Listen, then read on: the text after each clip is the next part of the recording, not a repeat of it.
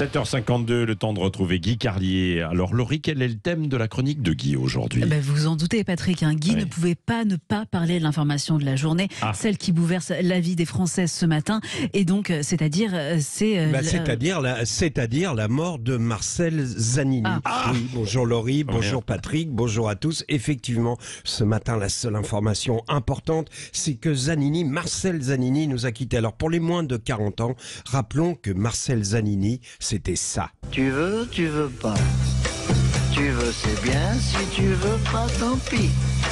Si tu veux pas, j'en ferai pas une maladie. Et là, vous vous dites, mais enfin, il se fout de nous, Carly. Il appelle ça une information importante, alors que le pays est à l'arrêt aujourd'hui, notamment la SNCF, où je sais plus qui a dit que des comptables qui ne risquent pas d'être licenciés et qui prennent leur retraite à 52 ans vont faire chier aujourd'hui d'autres comptables au chômage qui devaient se rendre à des entretiens d'embauche et dont on veut retarder la date du départ en retraite. Évidemment, la retraite à 52 piges, la SNCF se justifiait il y a un siècle, quand la pénibilité était réelle pour les conducteurs de locomotives à charbon, la bête humaine et gamins, tout ça.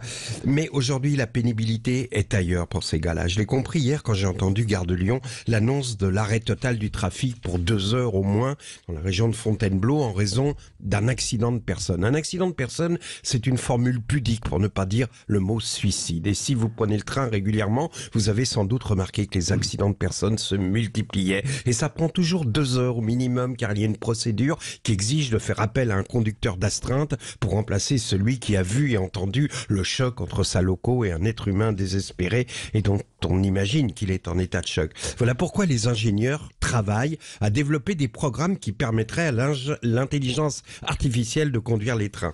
On en parle beaucoup en ce moment d'un programme très prometteur, ChatGPT, on en a parlé je crois sur cette antenne. Il suffit de le nourrir avec toutes les connaissances techniques sur la conduite des trains, il pourra remplacer les conducteurs. Pourtant, l'intelligence artificielle a une limite, c'est l'absence de sensibilité, ce que Yankelevitch appelait le je ne sais quoi, le presque rien, quelque chose d'indéfinissable qui imprègne nos pensées. Par exemple, si on donnait à ChatGPT l'info du décès de Marcel Zanini, l'intelligence artificielle ne saurait pas expliquer pourquoi cette info me trouble profondément. Avec cette chanson qui peut sembler insignifiante, alors que nous, on sait pourquoi. C'est parce que cette chanson, elle évoque le monde d'avant. On l'entendait sur l'autoradio de la déesse des parents, avec le déodorant feu orange, vous vous souvenez, accroché au rétro. Cette chanson, elle sent les films de Delon tournés à Beaugrenelle dans les années 70. Elle sent le drugstore opéra. Elle s'en fipe. La radio des filles langoureuses faisait des points route. À ça, Laurie, c'était autre chose qu'Autoroute FM.